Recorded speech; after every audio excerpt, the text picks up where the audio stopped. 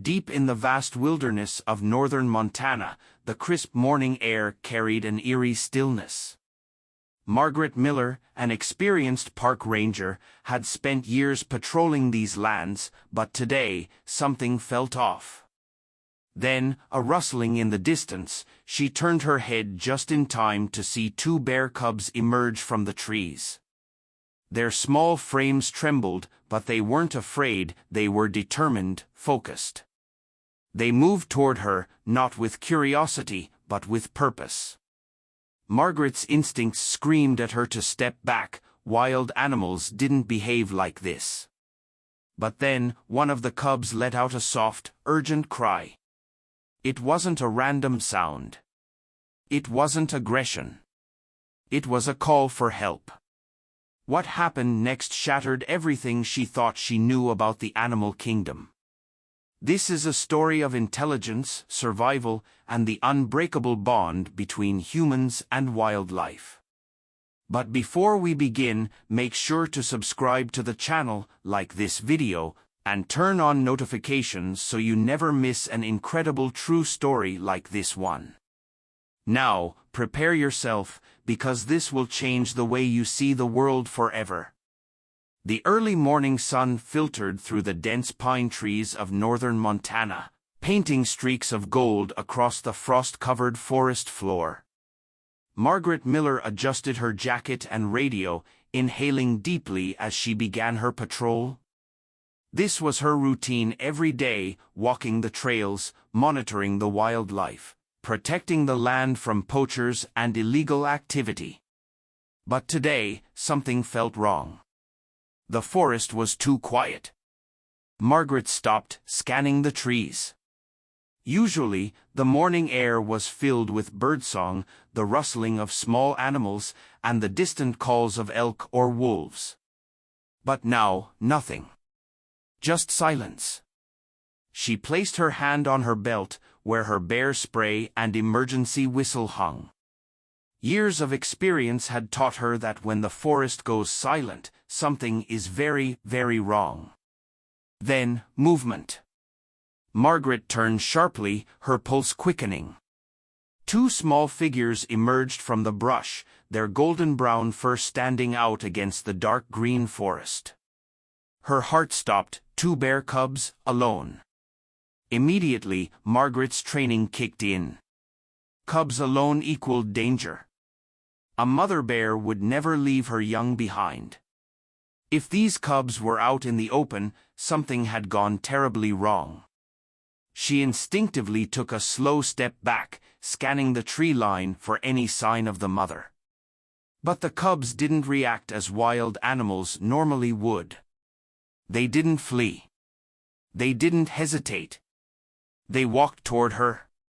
Margaret's breath caught. They weren't scared, they were asking for something.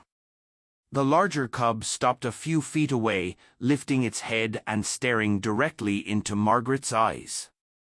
And then, in a moment that made her skin prickle with unease, it let out a cry. Not a growl. Not a whimper. A deliberate, urgent sound. Margaret's instincts screamed at her, this wasn't normal. Something was very, very wrong. And against every rule she had ever followed, she made the choice that changed everything. She followed them. Margaret's boots crunched against the frost-covered ground as she hesitated for a moment. Every instinct she had developed over the years as a park ranger screamed at her to turn back. Following wild animals, especially bear cubs, wasn't just reckless, it was dangerous. Yet, something about this felt different. The two cubs weren't just wandering, they were leading her. Margaret let out a slow breath, scanning the area one last time for their mother. Nothing. The cubs stood a few feet ahead, watching her, their eyes dark and expectant. Their tiny paws shifted anxiously in the dirt, as if urging her to move. Margaret swallowed hard. She knew she was breaking protocol. If another ranger had been with her, they'd be calling for backup, setting up perimeters, waiting for the mother to appear. But this wasn't normal bear behavior. She had seen cubs cry out before, but this was different. This was deliberate. Taking a deep breath, Margaret stepped forward. The moment she moved, the cubs reacted. They turned and started walking ahead of her. Not running. Not darting into the woods like scared animals. They were guiding her. Margaret's heart pounded. She adjusted her radio on her shoulder, ready to call for backup if needed. The cubs led her deeper into the forest, weaving through towering pine trees. The deeper they went, the colder it felt. The ground beneath her boots turned from solid earth to frost-covered leaves. The wind whispered between the trees, sending a chill down her spine. Something wasn't right. Then, the smell hit her. Margaret froze. It was faint at first, a metallic, sickly scent that made her stomach twist. Blood. Her hand instinctively went to her bear spray. The cubs kept moving forward. Their little bodies trembled, and suddenly, she wasn't afraid of them anymore, she was afraid of what they were leading her to. Margaret pushed past a thick cluster of bushes, her boots slipping slightly on the cold ground. And then she saw it. Her breath caught. Just ahead, in a small clearing, lay a massive female grizzly bear. But she wasn't moving. Something was wrong. Margaret stepped closer, her heart pounding so loudly it drowned out the wind. That's when she saw the truth. The bear wasn't just lying there, she was trapped. Metal glinted in the morning light. Margaret's stomach twisted as she took in the scene. Two massive steel traps had snapped shut around the bear's hind legs, their jagged teeth cutting deep into her flesh. Blood had seeped into the dirt beneath her, turning the frost a dark, sickening shade of red. The bear's massive chest rose and fell in uneven breaths. She was still alive, but barely. Margaret's hands clenched into fists.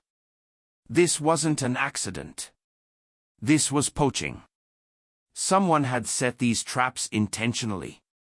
And if the cubs hadn't led her here, their mother would have died, slowly, alone, in the freezing woods. Margaret dropped to her knees, pulling out her radio. She didn't hesitate.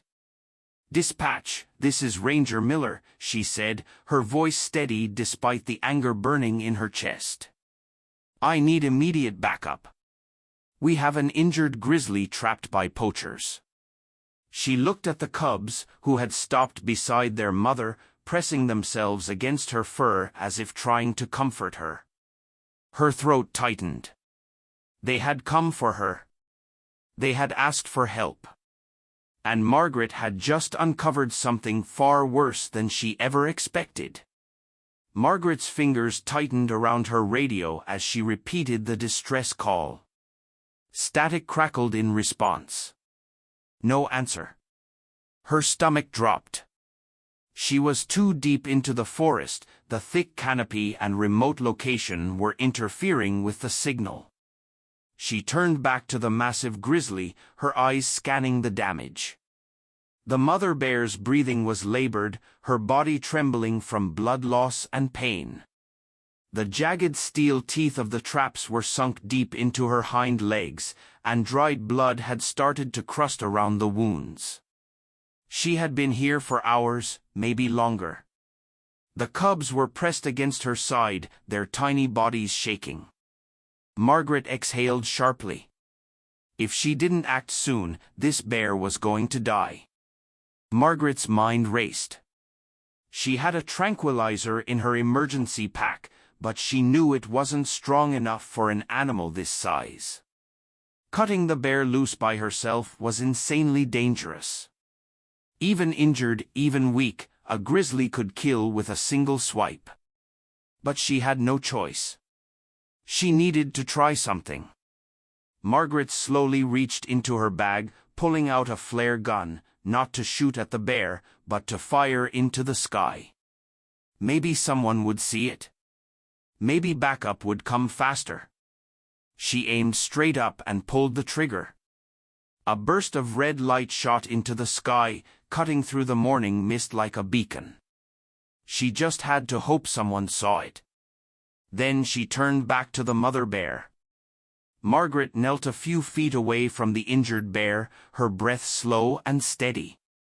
The cubs watched her with wide, intelligent eyes. They weren't afraid of her anymore. They had trusted her to follow them here.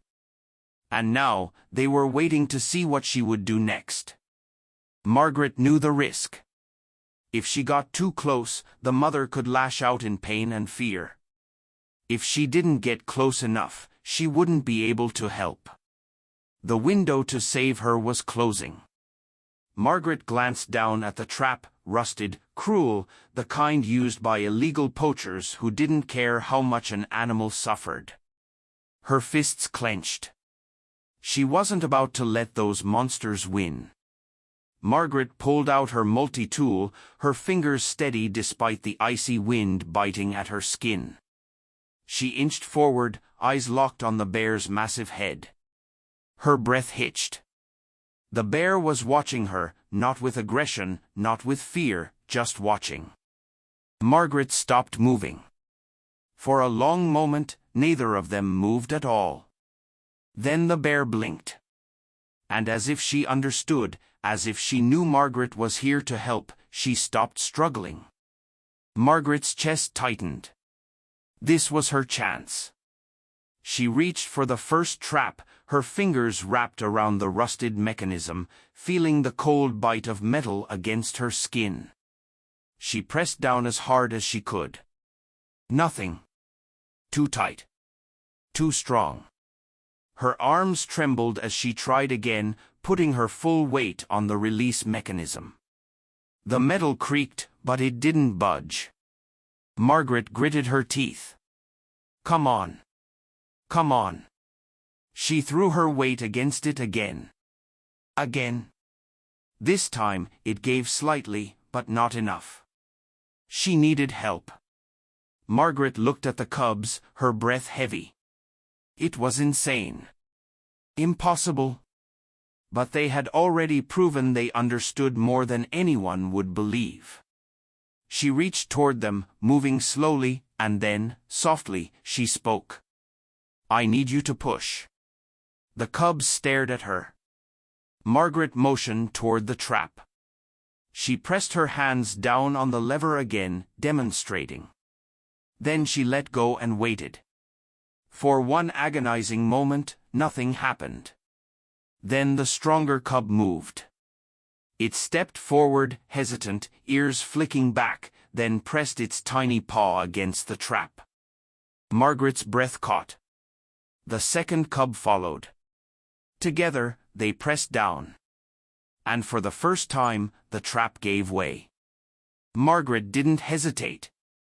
With one last push, she forced the trap open. The mother bear let out a low, pained grunt, but she didn't attack. She didn't run.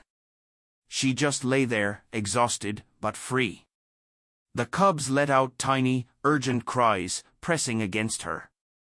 Margaret's hands trembled as she reached for the second trap. This time, she wasn't alone. She knew the cubs understood now. Together, they worked as one. And as the final trap snapped open, Margaret felt something she hadn't in years, a connection. A moment of pure, undeniable proof that animals understood far more than humans ever gave them credit for. And these cubs, they had just saved their mother's life. The metallic snap of the second trap unlocking echoed through the cold morning air. Margaret's breath hung frozen, her hands still gripping the rusted mechanism. She had done it. The mother was free. But she didn't move. Margaret's pulse quickened. She should be trying to stand. She should be running. She should be something. But the grizzly just lay there, her chest rising and falling in slow, labored breaths. The cubs were frantic now, nudging against her, whimpering softly. Margaret pressed a hand to her forehead. She was still losing too much blood. The wounds on her hind legs were bad, the thick fur matted with dried and fresh blood. If they didn't stop the bleeding, she wouldn't last much longer. Margaret had spent years in the wild, but she wasn't a veterinarian. She had never treated a grizzly before. But she had to try. She knew there was a first aid kit in her pack, stocked with enough supplies for a human, but for a grizzly, it would barely be enough. She rummaged through the bag, pulling out bandages, antiseptic, and a small roll of gauze. It wasn't much, but it was something. Margaret slowly inched closer to the mother bear, her heart pounding. She knew this was crossing the line. No matter how much pain the bear was in, she was still a wild animal. She could attack at any moment. Margaret took a deep breath and whispered, "Just let me help." The mother bear's dark eyes fluttered open. For a single, breathless moment, their gazes locked. Margaret felt paralyzed. Was this it? Would she lash out? Would she run? But then something incredible happened. The mother bear blinked slowly and then rested her head back down. She was letting her help. Margaret's hands trembled as she grabbed the gauze, quickly pressing it against the deep wounds. The cubs watched closely, their tiny heads tilting as they took in every move. She worked fast, carefully wrapping the bear's legs, pressing firmly but gently to stop the bleeding. It wasn't perfect. It wasn't even close to a real medical treatment. But it would buy time. The bear let out a deep, exhausted sigh, her body still too weak to move. But Margaret could see it in her eyes now, she understood. Margaret stepped back, wiping sweat from her forehead despite the cold. The worst was over. For now. But the danger wasn't. She still hadn't been able to call for backup. The flare she had shot into the sky was her only hope. But she had no idea if anyone had seen it. And then a sound cut through the forest. Margaret went still. The cubs froze, their ears twitching. It was faint, but she heard it. Footsteps. Not animal footsteps. Humans. Margaret's blood ran cold. Poachers. She turned back to the bear, whispering under her breath, "We're not safe yet." She grabbed her radio one last time, praying for a signal. This wasn't just about saving the bear anymore. This was about all of them surviving the night. Margaret's breath came slow and controlled, though her heart pounded like a war drum inside her chest. The footsteps were growing closer. Too close. She glanced at the cubs, who had pressed themselves against their mother's wounded body, their little heads twitching toward the sound. Their instincts told them the same thing hers did. They were in danger. Margaret grabbed her radio again, turning the dial, whispering urgently, "Dispatch, this is Ranger Miller. I need immediate backup. Possible poachers in the area. Repeat, armed poachers in the area." Static. She clenched her jaw. Still no signal. That meant she was on her own. Margaret moved quickly but silently, shifting into a defensive position near a fallen log. She was trained for situations like this, but usually with other rangers, a radio connection, and the ability to call for law enforcement. Here, she had a flare gun, a knife, and a mother bear too weak to defend her cubs. She knew what these poachers were after. They had already trapped the mother, now that they were returning, they'd expect an easy kill. And when they saw Margaret standing between them and their prize, they wouldn't hesitate to remove her from the equation. She could hear them now, two voices, gruff and low, speaking in hushed tones. Then a flashlight beam cut through the trees. Margaret dropped to one knee, pressing herself against the ground. Through the darkness, she could just barely make out two men, both dressed in heavy camouflage jackets, their boots crunching against the frost-covered ground. One of them carried a hunting rifle, the other had a large duffel bag slung over his shoulder, likely full of supplies for processing animal parts, evidence of an illegal poaching operation. Margaret's stomach twisted with anger. These weren't just hunters. These were criminals. The taller man scanned the area with his flashlight. "You sure this is the right spot?" he muttered. The other man grunted. "Yeah, the traps were set right over there." Margaret's hands curled into fists. They had come back to finish what they started.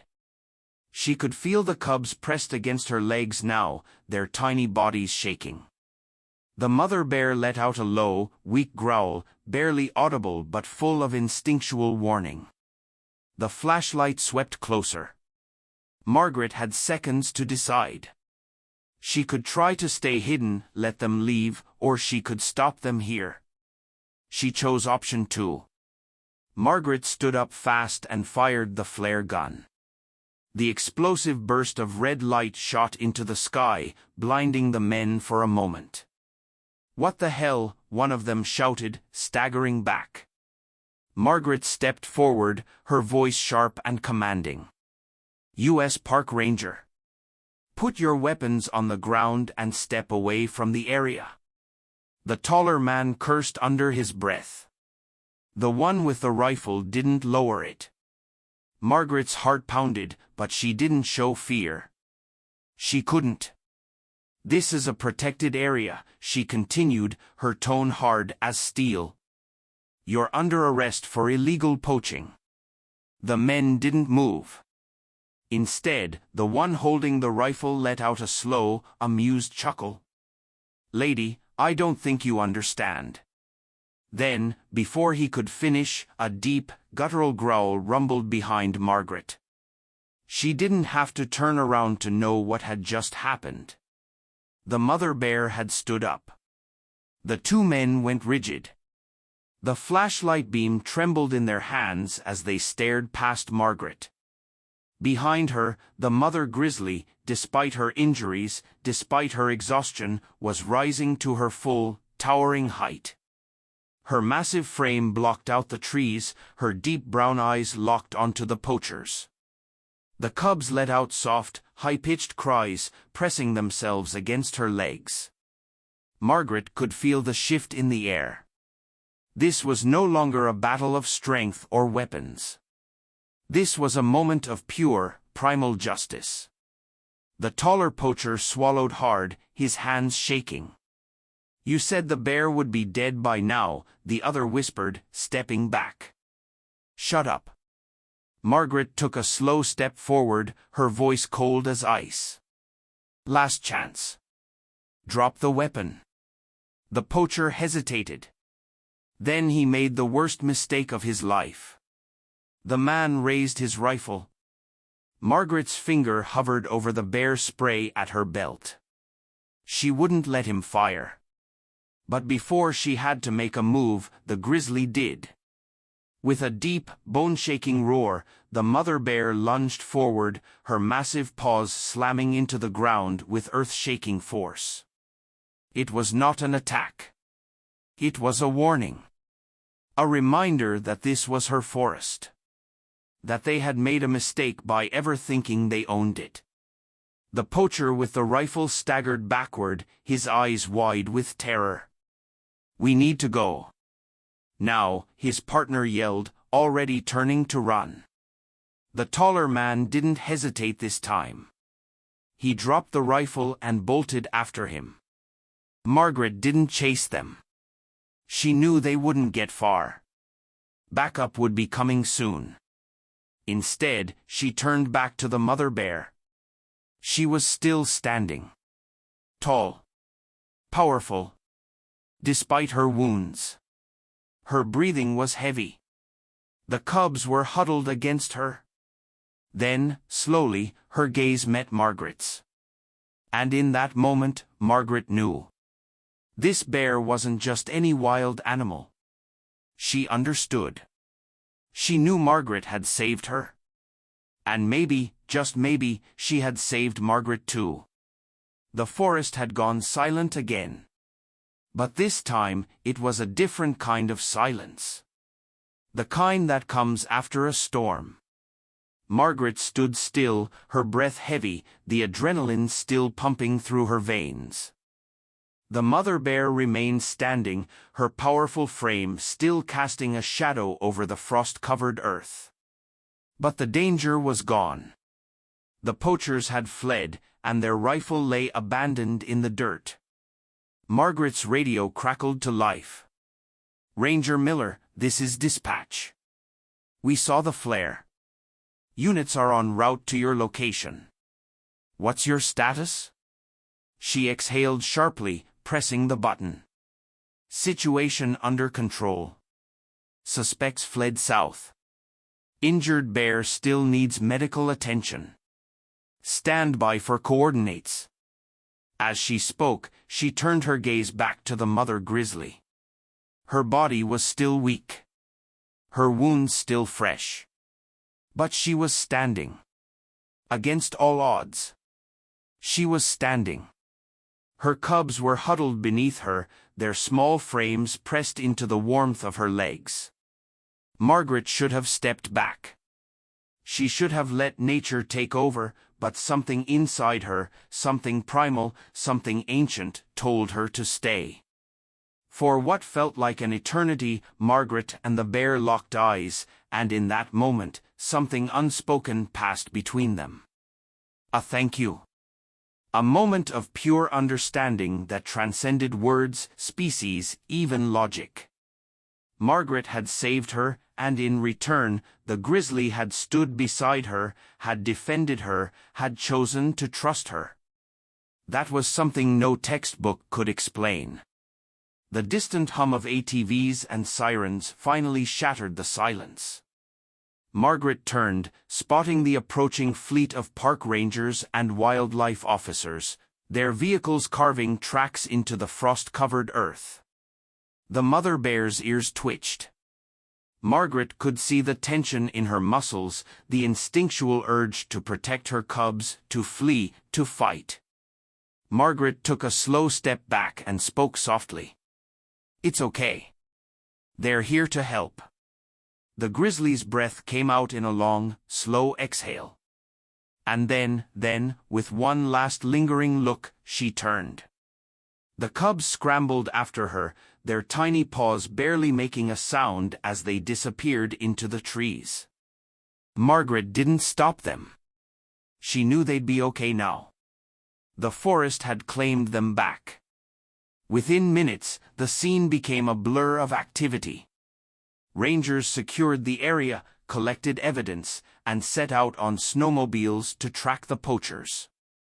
Margaret stood off to the side, watching as they documented the illegal traps, the rifle, the blood-stained earth where the bear had fought for survival. A fellow ranger, Jake Turner, approached her. "Miller," he said, shaking his head in disbelief.